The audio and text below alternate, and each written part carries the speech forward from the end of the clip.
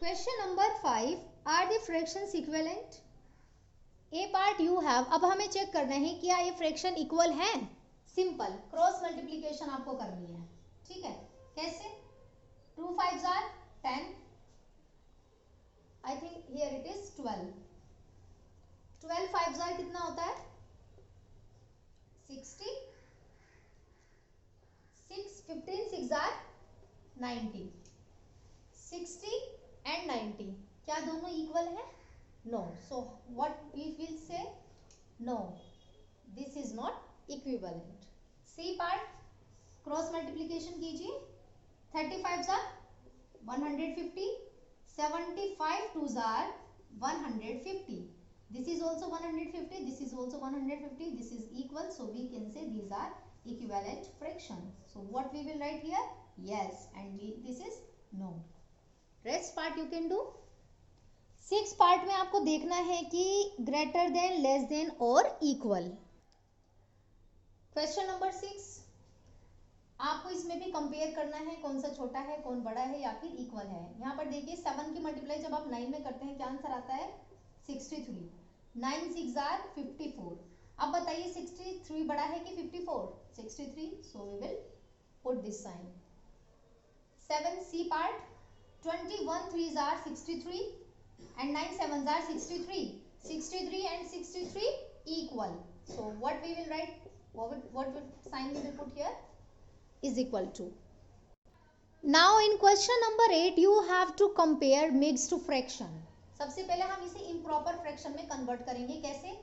21 multiplied by 4 plus 11 upon 21 and here 3 multiplied by 5 plus 2 upon 3, 21 4s are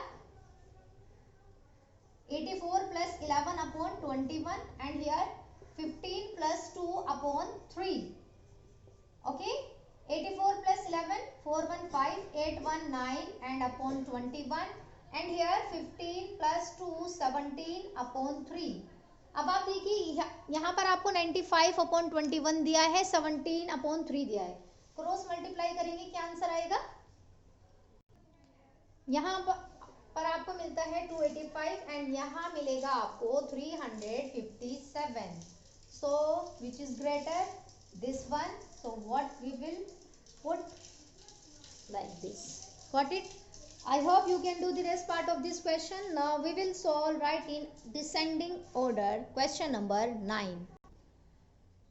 Students, in question number 9 you have to write it in a descending order. Always remember, अगर denominator same होता है, देखो इस fraction में हमें क्या पता चलता है कि हमारे पास डिनोमिनेटर सेम है। 1/4/9 को हम ऐसे कन्वर्ट कर लेंगे। सबसे पहले जब भी क्वेश्चन में आपको ऐसी मिक्स्ड फ्रैक्शन नजर आए आप उसे सबसे पहले कन्वर्ट कर लें। तो हमने कन्वर्ट किया, 9 1s are 9 plus 4 13/9, ठीक है। तो जब भी आपको डिनोमिनेटर मतलब जो डिनोमिनेटर सेम होगा तो उसमें हम देखेंगे कि जो न्यूमरेटर बड़ा होता है, ग्रेटर न्यूमरेटर ग्रेटर फ्रैक्शन, तो न्यूमरेटर अगर ग्रेटर होगा तो वो फ्रैक्शन क्या होगी? ग्रेटर फ्रैक्शन, ठीक है। मतलब वही फ्रैक्शन सबसे बड़ी मानी जाएगी जिसका न्यूमरेटर सबसे बड़ा होगा। अगर डिनोमिनेटर सेम है तो न्यूमरेटर, जो भी न्यूमरेटर सबसे बड़ा होगा वही आपकी सबसे बड़ी फ्रैक्शन है। तो आप इसे डिसेंडिंग ऑर्डर में लिखेंगे। सो डिसेंडिंग ऑर्डर में हम कैसे लिखते हैं?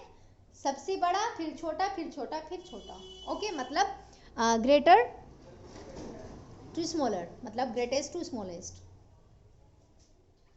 ठीक है। तो अब आप यहाँ पर देखिए सबसे बड़ी कौन सी है आपके पास?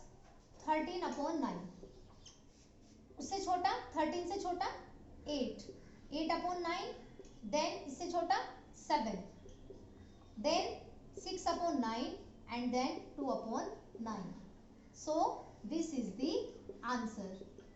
क्या याद रखना है कि अगर आपका डिनोमिनेटर सेम होता है तो जो फ्रैक्शन का न्यूमरेटर बड़ा होगा वही आपकी सबसे बड़ी